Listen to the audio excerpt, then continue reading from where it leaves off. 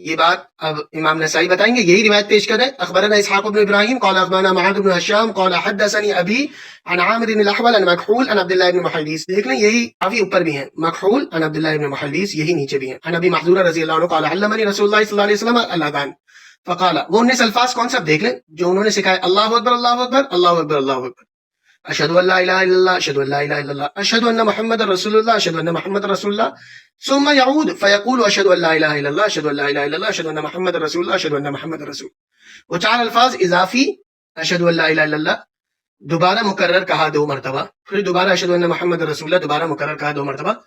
فقہ شافعی کے اندر اس طرح وہ بالکل اس حدیث کے ظاہر پر عمل کر رہے. ان کی اذان میں ترجیح ہے, وہی ترجیح جو امام ترمذی رحمۃ اللہ علیہ نے باب قائم کیا ہے ترجیح کا. اور ترجیح ہے ان کی اذان کے اندر, یعنی اشہد ان لا الہ الا اللہ اشہد ان محمد رسول اللہ کو تکرار کے ساتھ ذکر کرتا ہے مؤذن ان کے موقف کے مطابق, جس طرح کی یہ حدیث دلالت کر رہی ہے. اس کے بعد آپ دیکھیں حی علی الصلاۃ حی علی الصلاۃ حی علی الفلاح حی علی الفلاح اللہ اکبر اللہ اکبر لا الہ الا اللہ. گویا کہ اذان کے وہ 4 زائد کلمات کون سے جی آپ نے دیکھا اذان کے وہ جو زائد 4 کلمات ہیں وہ اشہد ان لا الہ الا اللہ اشہد ان محمد رسول اللہ 2 مرتبہ. اور یہ بات طالب جوہری صاحب جو صاحب یہ ترمذی شریف کی حدیث پیش کر رہے ہیں ان کی نظر سے مخفی نہیں ہے. انہیں پتہ ہے کہ وہ 4 زائد الفاظ کون سے. پھر اس کے باوجود ہمارے سامنے انہوں نے اس کا غلط مطلب بیان کیا جان بوجھ کر. اتنے بیوقوف نہیں ہے وہ. جب وہ ابو معذورہ والی روایت ذکر کر رہے ہیں تو انہیں اس وقت کا پورا خاصہ بھی معلوم ہے, لیکن ہمیں نہیں معلوم نا. ہم جو دیکھ رہے ہیں یہ جو ہمارے بعض حضرات کہتے ہیں کہ ہر ایک کی ویڈیو یا ہر ایک کی بات نہیں سنا کرو, جس پہ یہ بات چلتی ہے کہ ہم دوسروں کی باتیں سننے سے کیوں منع کرتے ہیں. ٹھیک ہے بھائی سنو, سب کی سن لو, صحیح ہے, جس کی دلیل بہتر لگے. لیکن یہ فراڈ سے کیسے بچو گے؟ یہ جو فراڈ کیا آپ کے ساتھ ہوا آپ کے ساتھ, اس سے کیسے بچو گے بھائی؟ آپ کے پاس ہے کوئی پیمانہ؟ یا تو آپ نے پورا دن اپنا فارغ کیا ہوا ہوتا, چلو پورا دن نہیں, معتد بھی وقت اپنا فارغ کیا ہوتا ہے جس طرح علماء اور طلبہ فارغ کرتے. ہم نے اٹھنا ہے, کاروبار کرنا ہے, دین کے لیے زیادہ وقت فارغ نہیں کرنا. اس میں اس فراڈ کو آپ کیسے پہچانو گے بھائی؟ میں نے اپنے بھائی سے بھی کہا کہ دیکھو یار وہ یہ 2 الفاظ یہ 4 الفاظ یہ اوپر امام نسائی نے یہ حدیث لکھ دی کہ آپ صلی اللہ علیہ وسلم نے 19 کلمات سکھائے, انہوں نے آپ کو وہ بتا دیا.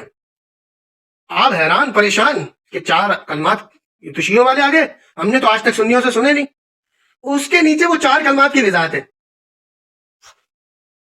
اس کی کے نیچے وضاحت ہے, وہ چھپا لیا انہوں نے آپ سے, آپ کو بیوقوف بنا دیا, آپ بن گئے. یہاں تو میں بیٹھا تھا آپ کے سامنے, میں آپ کے برابر میں بیٹھا تھا بھائی جان. اپنے بھائی جان سے میں نے کہا, آپ نے مجھ سے پوچھ لیا, میں نے آپ کو بتا دیا کہ ہر جگہ میں ہوں گا.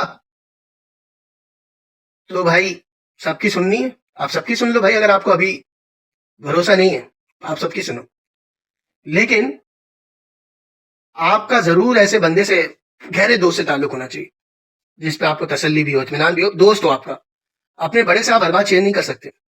بس اوقات تو اپنی بات کر کے چھوڑ دیتا, آپ کا دل مطمئن نہیں ہوتا. جو آپ کے برابر کا بندہ ہوتا ہے نا, وہ اس سے آپ اپنے اشکال کو اور اچھی طرح واضح کر سکتے اس کے سامنے, وہ پھر آپ کو صحیح جواب بھی دے سکتا ہے. اب ہم آگے چلتے ہیں, کیونکہ بہرحال حنفی موقف کے اندر یہ ترجیح نہیں ہے. حنفی کہتے ہیں کہ بھئی آپ اس حدیث کو مزید وضاحت کے ساتھ سن لیں, کیونکہ اذان بلال میں ترجیح نہیں تھی. تو یہ بھی جو اس کا مکمل قصہ میں آپ کے سامنے رکھتا ہوں, پھر ہم اگلی مثال کی طرف چلیں. میں ایک جماعت کے ساتھ نکلا ہوں, فَكُنَّا فِي بِبَعْضِ طَرِيقِ حُنَيْن کے ہم کسی راستے میں تھے. مغفر رسول اللہ صلی اللہ علیہ وسلم من حنین, رسول اللہ صلی اللہ علیہ وسلم حنین سے لوٹ رہے تھے. فَلَقِينَا رسول اللہ صلی اللہ علیہ وسلم فی بعض الطریق فَأَذَّنَ مُؤَذِّنُ رسول اللہ صلی اللہ علیہ وسلم بِالصَّلَاۃِ. بعض راستے کے اندر ہمیں ہماری رسول اللہ صلی اللہ علیہ وسلم سے ملاقات ہوئی, اور ملاقات ہوئی رسول اللہ صلی اللہ علیہ وسلم کے مؤذن نے اذان دی. ہم نے مؤذن کی آواز سنی, وَنَحْنُ عَنْهُ مُتَنَكِّبُونَ. ہم اس وقت اسلام سے اعراض کرنے والے تھے, مسلمان نہیں تھے اس وقت, یہ بچے تھے. اور فَزِلْنَا نَحْكِيهِ وَنَهْزَأُ بِهِ. اذان کی آواز بڑی سہانی تھی, بڑی پیاری تھی. ہم مذاق میں وہ آواز, وہ اذان کے الفاظ دہرانے لگے. رسول اللہ صلی اللہ علیہ وسلم نے سنی آواز, اور آپ صلی اللہ علیہ وسلم کو لگا کہ اس میں سے ایک آواز بڑی خوبصورت ہے. ہمیں پیغام بھیجا, بلایا ہمیں, حتی وقفنا بین یدی, ہم آپ صلی اللہ علیہ وسلم کے سامنے کھڑے ہو گئے. رسول اللہ صلی اللہ علیہ وسلم کہہ رہے کہ تم میں سے کون ہے جس کی آواز کو میں نے سنا کافی بلند تھی، ایک روایت میں آتا ہے کافی خوبصورت تھی. قوم نے میری طرف اشارہ کیا اور انہوں نے سچ کہا، میری آواز بلند بھی تھی، خوبصورت بھی تھی.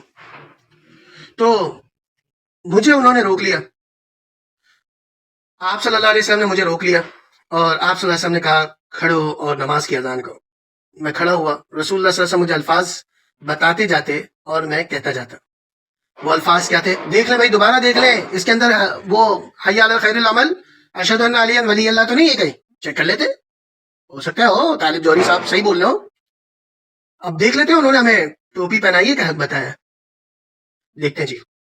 قل اللہ اکبر اللہ اکبر اللہ اکبر اللہ اکبر اشہد ان لا الہ الا اللہ اشہد ان لا الہ الا اللہ اشہد ان محمد رسول اللہ اشہد ان محمد رسول اللہ. ثم قال ارجع، پھر کہا دوبارہ دہراؤ. فمدد من صوتک، اور اپنی آواز اونچی کرو.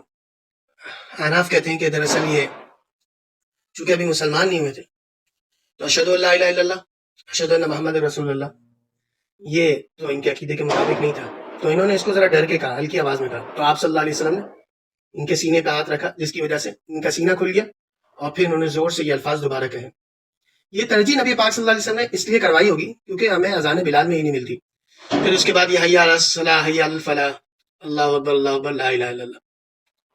اور اس کے بعد انہوں نے کہتے ہیں حدیث کے اندر آپ دیکھ سکتے ہیں کہ میں نے آپ صلی اللہ علیہ وسلم سے کہا کہ مجھے اذان دینی ہے مکہ میں، آپ مجھے مقرر کر دیجیے. تو مکہ کے گورنر کو آپ صلی اللہ علیہ وسلم نے کہا کہ جی انہیں اذان پہ لگا دیا جائے. تو یہ اور عطاب ابن اسید، یہ عطاب ابن اسید، یہ مکہ کے گورنر تھے. ان کے پاس وہ لے آئے اپنا پرچی لے کر آگے کہ جی مجھے اذان دینے کا حکم دیا گیا. تو کہتے ہیں کہ پھر میں نے عطاب ابن اسید بھی کبھی اسید بھی کبھی اذان دیتا تھا اور کبھی میں بھی اذان دیتا تھا. یہ ہمیشہ اپنے اذان میں ترجیح کرتے رہے، یعنی اشہد ان لا الہ الا اللہ اشہد ان محمد رسول اللہ 2 بار کہا کرتے تھے. ہم تو 2 بار ہی کہتے ہیں نا، یہ 4 بار کہا کرتے تھے. تو امام شافعی رحمۃ اللہ علیہ کہ یہاں یہی اذان ہے. بہرحال طالب جوہری صاحب اتنے معصوم نہیں ہیں، وہ جانتے، لیکن انہوں نے دیکھیں بیوقوف بنایا، علمی خیانت کی ہے انہوں نے. اب میں آپ کو دکھاتا ہوں کہ یہ حدیث جو میں ابو محدورہ کی پیش کر رہا ہوں، یہ صرف ایک تو جگہ نہیں ہے. طالب جوہری صاحب نے جو خیانت کی علمی، یہ بالکل سنن نسائی سے ابھی میں نے آپ کو پڑھ کے سنائی حدیث نمبر 630. یہ دیکھ رہے ہیں آپ اسی حدیث کے بارے میں جو 630 ابھی ہم نے حدیث پڑھی ہے. جی علامہ البانی کہتے ہیں یہ حدیث حسن ہے، صحیح ہے. شیخ زبیر علی زئی کہہ رہے ہیں کہ اس کی سند ٹھیک ہے. بالکل حدیثوں میں الفاظ لکھے ہوئے جی، صرف 631 کے اندر مختصر لکھا ہوا ہے کہ 19 کلمات ہیں، باقی الفاظ موجود ہیں. اس کو اچھی طرح پڑھ لیں، اپنے پاس بھی بے شک اسکرین شاٹ لے کے محفوظ کر لیں. اتنی دیر تک یہ اسکرین شاٹ آپ کے سامنے کھلی ہوئی ہے. اس کے بعد سنن نسائی کے اندر 648 ہے، اس کے اندر فجر کی اذان میں الصلاۃ خیر من النوم کا بھی ذکر ہے. کہیں آپ کو یہ مل رہا ہے جی حی علی خیر العمل اور اشہد ان علی ولی اللہ وخلیفۃ بلا فصل، یہ ساری ابو محذورہ والی. ان کا نام سمرہ ابن معیر تھا، یہ لکھا ہوا ہے. جو روایت علامہ ترمذی سے نقل کی ہے طالب جوہری صاحب نے، وہاں پہ ان کا نام لکھا ہوا ہے. پھر یہ آ جاتے ہیں صحیح مسلم، اس کے نیچے جامع ترمذی، یہ روایت انہوں نے پیش کی ہے. آگے سنن ابی داؤد کے بھی حوالے جی، 502 500 504 503. سنن ابن ماجہ کی حدیث نمبر 709. بلوغ المرام حدیث نمبر 145. اب آپ ابو مصعب کو اجازت دیجیے، اپنا ہوم ورک کر لیجیے گا. یعنی اگر چینل مفید لگتا ہے تو اس کو سبسکرائب کر لیں، اور کسی کے لیے ویڈیو مفید لگتی ہے تو اس کے ساتھ شیئر بھی کریں. والسلام علیکم ورحمۃ اللہ وبرکاتہ.